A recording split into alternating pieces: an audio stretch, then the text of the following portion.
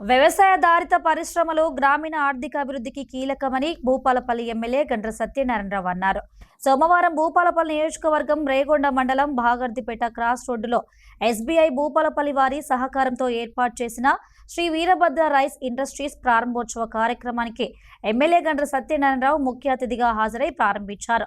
రైతులు పండించిన ధాన్యానికి సరైన గిట్టుబాటు ధర లభించాలంటే ఇలాంటి పరిశ్రమలు మరింతగా అవసరమని అన్నారు.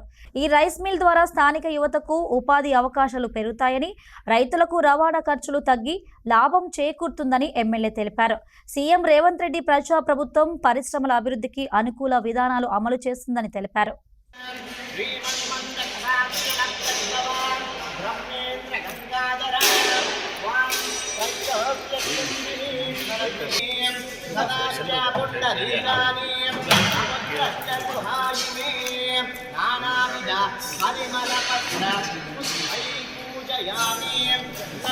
दुर्भूतोऽस्मि राष्ट्रे स्विन्कीर्ति भक्तिं ददातु मे क्षुब्धिभाषां